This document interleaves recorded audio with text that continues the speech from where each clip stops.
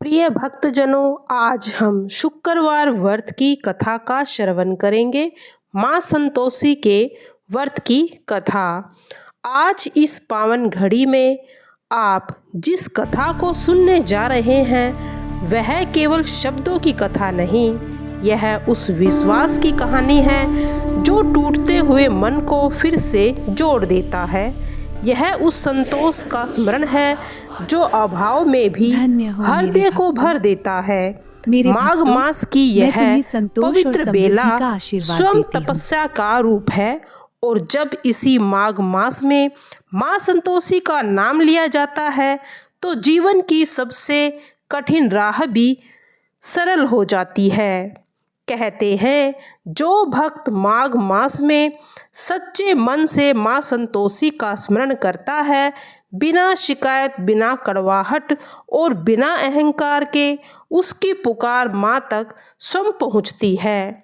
आज की यह कथा उन भक्तों के लिए है जो जीवन में संघर्ष से थक चुके हैं, जिनके मन में प्रश्न है, जिनकी आंखों में आंसू और जो भीतर से बस इतना ही कहना चाहते हैं, माँ अब बस तेरा ही भरोसा है। कथा आरंभ करने से पहले भक्ति भाव से एक छोटा सा निवेदन है। यदि आपको ऐसी ही पावन व्रत कथाएं, भावुक और आत्मा को छू लेने वाली कहानियां सुनना अच्छा लगता है तो कृपया हमारे चैनल को सब्सक्राइब जरूर कीजिएगा।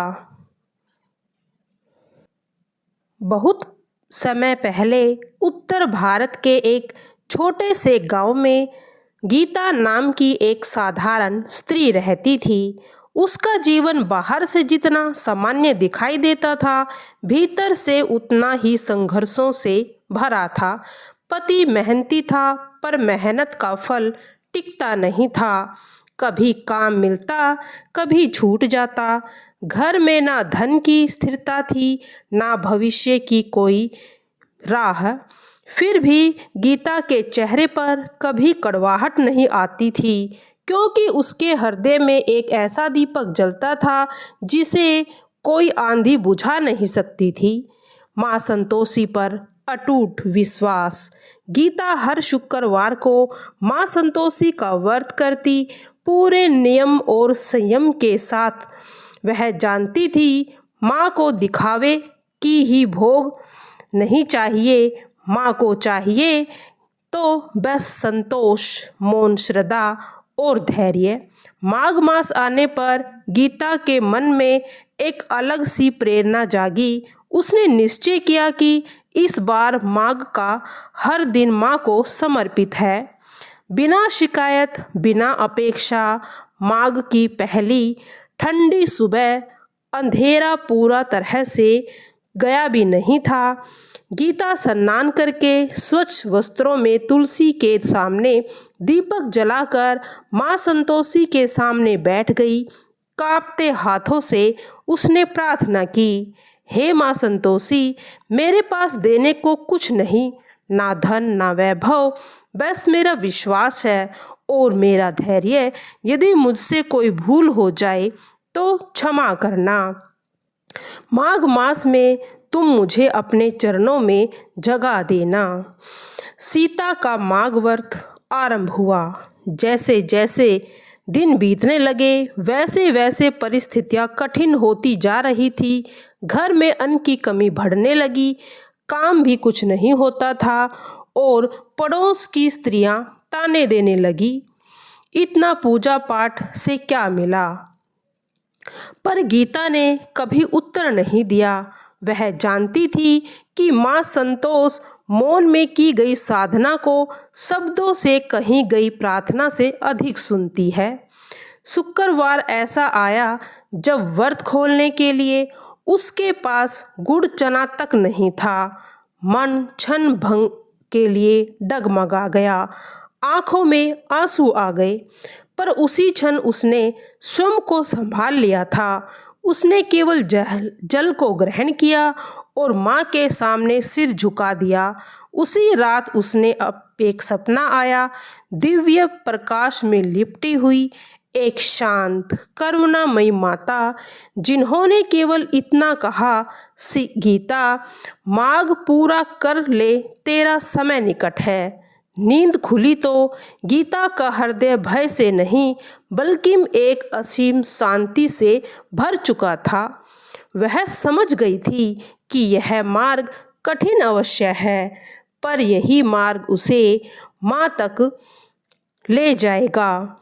माघ मास आगे बढ़ने लगा और गीता के जीवन की कसौटी और भी कठोर होती चली गई।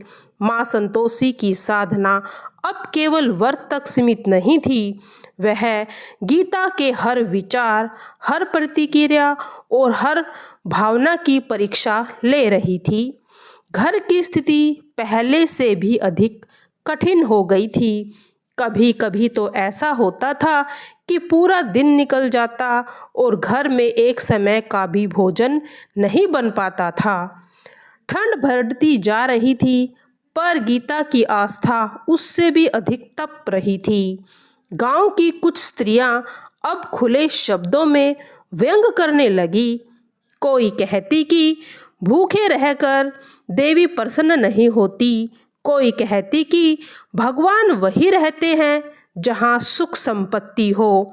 सीता सब सुनती, पर उसके मन में ना क्रोध उठता, ना ईर्ष्या और ना ही किसी को उत्तर देने की इच्छा। वह जान चुकी थी कि माँ संतोषी का मार्ग बाहर से सरल दिखता है, पर भीतर से वही मार्ग सबसे कठिन होता है, क्योंकि उसके मन की हर कड़वाहट, हर शिकायत और हर अधैर्य को त्यागना पड़ता है। एक दिन पड़ोस की एक स्त्री उसके घर आई और हाथ में नींबू थमाते हुए बोली कि बच्चों के लिए रख ले। क्षण भर के लिए गीता का हृदय कांप गया।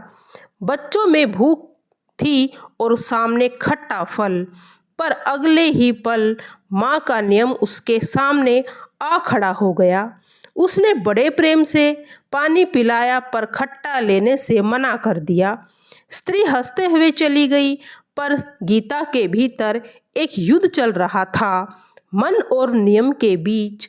उसी रात जब सब सो गए, गीता ने देखा कि घर के कोने में जल रहा है एक छोटा सा दीपक।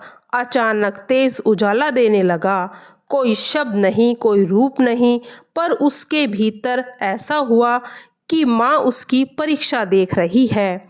इसी बीच उसके पति का धैर्य भी टूटने लगा था। एक शाम उसने थके स्वर में कहा कि यह सब पूजा पाठ बेकार है, जीवन में कुछ बदल नहीं रहा। गीता ने कोई तर्क नहीं दिया, बस इतना कहा कि माघ पूरा होने दो, उसके बाद यदि कुछ ना बदला तो वह स्वयं माँ का नाम लेना छोड़ देगी। यह शब्द कहते समय उसका कंठ भर आया, पर मन में विश्वास था, कोई शिकायत नहीं थी। माघ मास का मध्य आते आते ठंड अपने चरम सीमा पर पहुंच गई थी। गीता रोज प्रातःकाल नदी पर स्नान करने जाती। जैसे ठंडे जल में उतरते समय शरीर कांपता है, पर मन अडिग रहता है। एक दिन नदी किनारे उसे एक वृद्धा मिली। उसने स्नेह से पूछा, इतनी ठंड में यह कष्ट क्यों? जब गीता ने माँ संतोषी के व्रत की बात कही, तो वृद्धा ने मुस्कुराकर कहा कि याद रखना, माँ का सबसे बड़ा प्रसाद संतोष है। यह कहकर वह वहाँ से चली गई। सीता का हृदय समझ गया कि यह कोई साधारण भेंट नहीं थी। उसी समय घर की स्थितियों ने फिर करवट ली। पति ने बताया कि साहूकार ने संकेत दिया है कि कुछ दिनों में काम बंद हो सकता है। पुराने भय फिर से उठने लगे, पर इस बार गीता ने रोने की बजाय दिया जलाया और माँ के सामने मौन बैठ गई। उस दिन उसने माँ से कुछ नहीं मांगा, बस भीतर ही भीतर यह स्वीकार किया कि जो भी होगा वही माँ तेरी इच्छा होगी। इसी मौन स्वीकार में उसकी साधना और गहरी हो गई। उसे अब यह अनुभव होने लगा था कि माँ संतोषी शब्दों से नहीं बल्कि उस क्षण से प्रसन्न होती है जब भक्त हर स्थिति को बिना शिकायत स्वीकार कर लेता है। माघ मास अब अपने तीसरे चरण में प्रवेश कर गया था और गीता के भीतर चल रही साधना भी अब बाहरी स्थितियों से गहरी हो चुकी थी। पति को कुछ दिनों का काम मिल जाने से घर में हल्की सी स्थिरता अवश्य आई। यह स्थिरता इतनी नाजुक थी कि किसी भी क्षण टूट सकती थी। गांव के लोग तरह तरह की बातें करने लगे। कुछ कहने लगे कि आखिर पूजा पाठ का फल मिल ही गया, तो कुछ मन में ईर्ष्या भरने लगी और वे मात्र संजोग बताने लगे।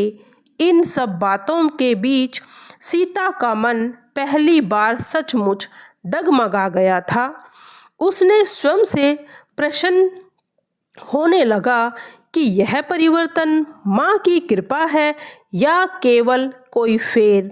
यह क्षण था उसकी साधना ने सबसे कठिन मोड़ लिया, क्योंकि जब दुख में विश्वास बना रहता है और सुख में हिलने लगता है तब असली परीक्षा होती है।